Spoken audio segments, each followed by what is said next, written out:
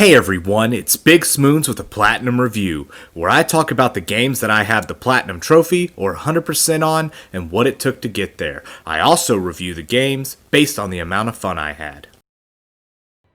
Today, we're going to talk about Bioshock. Bioshock is a first-person shooter that was developed by 2K Boston, later known as Irrational Games, and released in 2007. I played the original game when it released, but for the purpose of this video, we'll be looking at the remastered edition that released in 2016 as part of the Bioshock collection.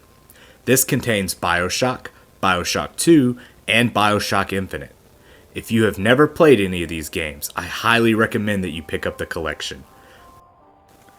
Although they are first-person shooters, they are a departure from the Call of Duty and Battlefield games.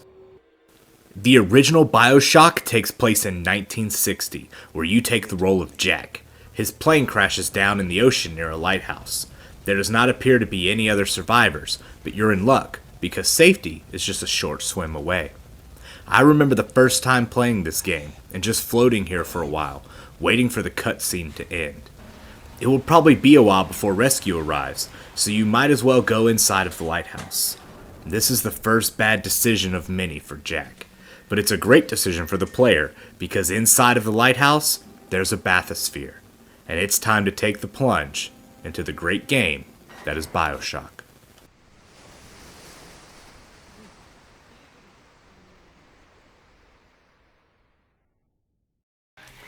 Upon climbing inside and sealing the doors, you are shot down into the ocean. The introduction of the city in this game is goosebump-inducing. The same can be said for Bioshock Infinite, which I will review on a later day. But today, we're at the bottom of the ocean floor, in the beautifully bleak city of Rapture. Rapture was created by Andrew Ryan, a businessman who thought he could build an underwater utopia to avoid government oversight. While the construction itself went well enough, the citizens began to lose their humanity while chasing down Adam, a unique compound that gives people powers.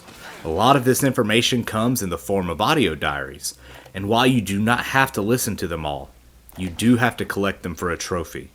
These are great ways to organically build the world and characters of Rapture. While listening is optional, I recommend you listen to them all when you collect them.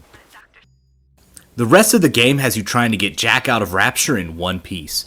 You'll collect various weapons, such as a wrench, pistol, and shotgun, tonics, which act as perks to make your time easier, and plasmids, which are powers that you obtain to attack enemies with, such as Insect Swarm, Incinerate, and Electrobolt. Through this journey, you'll have to kill splicers of various types. These guys are atom addicts, and are unhinged. You'll also face Rapture's security system, consisting of turrets and drones, but the biggest threat is the Big Daddies.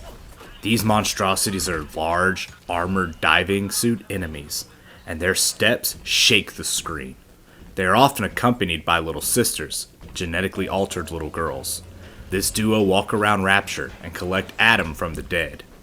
You will obtain a camera at a point in the game, and as you capture photographs of your foes, you obtain permanent perks when you encounter them. The gameplay consists of you killing your way through the city of Rapture in order to get back out of it. The underwater city is in complete disarray, but there are glimmers of a once prosperous society. You will meet a cast of characters living in the city, some that want to help you, some that want to hurt you, and some that want to use you. These characters all bring more life to the already amazingly living world of Rapture. It feels like most of the time, you can only trust your radio companion Atlas. My favorite character is Sander Cohen. He is a truly twisted guy, and his introduction is masterfully done. Along the way, you can collect Adam yourself to upgrade your character, or outfit him with new plasmids. The major way you collect this is by taking down the hulking Big Daddies. This will leave their little sisters vulnerable and crying over their body. And oh man, now I feel bad. Well, you monster, then you can walk over to the little sister and make a choice. Harvest her for a large boost in Adam, or save her, releasing her from her genetic alteration. and allow her to attempt to escape Rapture as well. This gives you a reduced amount of Adam immediately, but promises the possibility of rewards later. There are 2 associated trophies with this that require you to make a choice with all of them in the game. There are a few multiple endings that can be seen based on the few choices that you get to make. The final cutscene is the main place you see how your choices play out. Prior to that, there's a rather basic final boss fight. Even though the battle is a bit of a letdown, the journey through Rapture is so enjoyable that it more than makes up for it. I give Bioshock a 10 out of 10 for fun. It ranks highly among all the games that I've played. The story, the atmosphere, and the gameplay are all great. It is easily one of my favorite first-person shooters, and I think that it's the attention to detail in the location and to the story that pushes this game above its competitors. There are some horror elements here that actually produce tenseness better than some actual horror games that are on the market. Let's talk trophies. There are 54 trophies in Bioshock Remastered version for the Platinum. There are additionally 12 trophies to get to the 100% that require you to complete challenge rooms and complete certain tasks within them. I opted to not do the challenge rooms. A large number of the trophies come from miscellaneous tasks. This includes hacking one of everything in the game, maxing out research for your enemies with the camera, and collecting audio logs. There are some easily missable trophies that require you to complete certain actions at a certain time. The hardest trophy in this game is easily for completing the game on Survivor difficulty without the use of respawns. This will test your patience and changes the entire strategy for making it through the story. If you can complete the game on Survivor without losing your sanity, then I recommend you get that Platinum. Even if you end up missing some of the trophies, the game is well worth a second playthrough on easy to round up the last few trophies. Thanks for watching, everyone. I hope to continue this series of talking about the games that I have the Platinum or 100% on. Let me know what you like or dislike in the comments below. I'd like to end today's video by saying, if you feel like you're under pressure, would you kindly find something that interests you?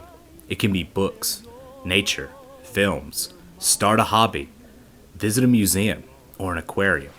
Look at all the life that has been lived and keep on living. If you need someone to talk to, I can be reached on Twitter @BigSmoons.